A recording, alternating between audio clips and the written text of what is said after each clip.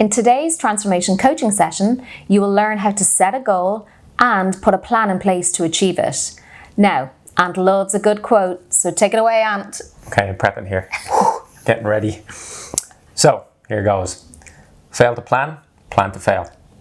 A goal without a plan is just a wish. If it's important to you, you'll find a way. If it's not, you'll find an excuse. Now, the unfortunate thing is that these are all true. And we like to keep it simple. We use 3 W's to help us plan and achieve our goal. These are what, why, and work. What you want, specifically. Remember, you can't hit a target if you don't know what you are aiming for. Ooh, that's a good one. Why you want it, attach some meaning to it. How would you feel if you didn't achieve your goal? Visualize yourself not achieving your goal and notice how this makes you feel.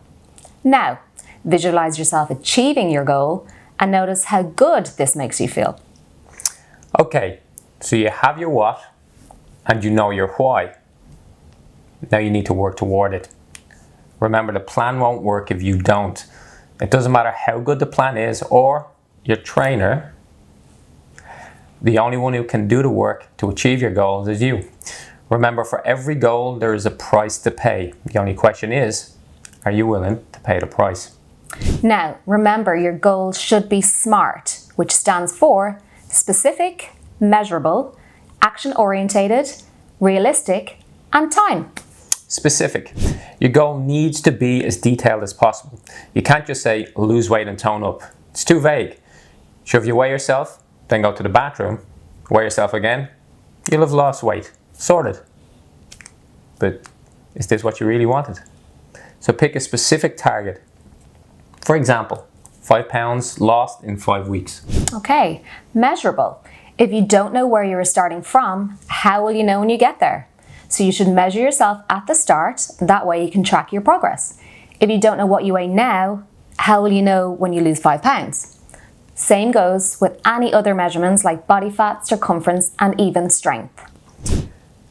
Action orientated. As we said before, the plan won't work unless you do. You need to take action in the direction of your goal.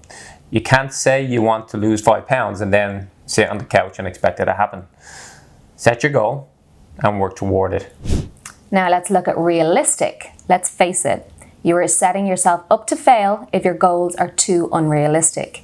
You can't lose 2 stone in 2 weeks or gain a massive amount of muscle in a week.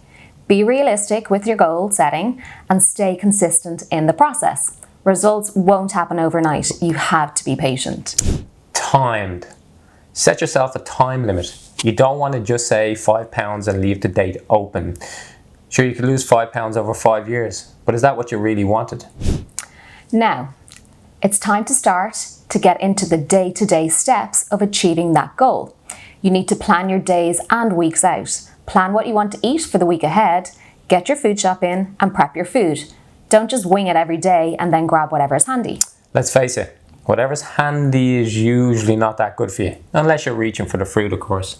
So we like to batch cook once or twice a week. That way we don't have to think about what we are eating next, as it's already prepared. Plus, it prevents food waste. Plan when you're going to do your workouts. This is so important. Make them like little meetings to yourself. Put them in your diary or your calendar. If you have them set out, you're less likely to skip them.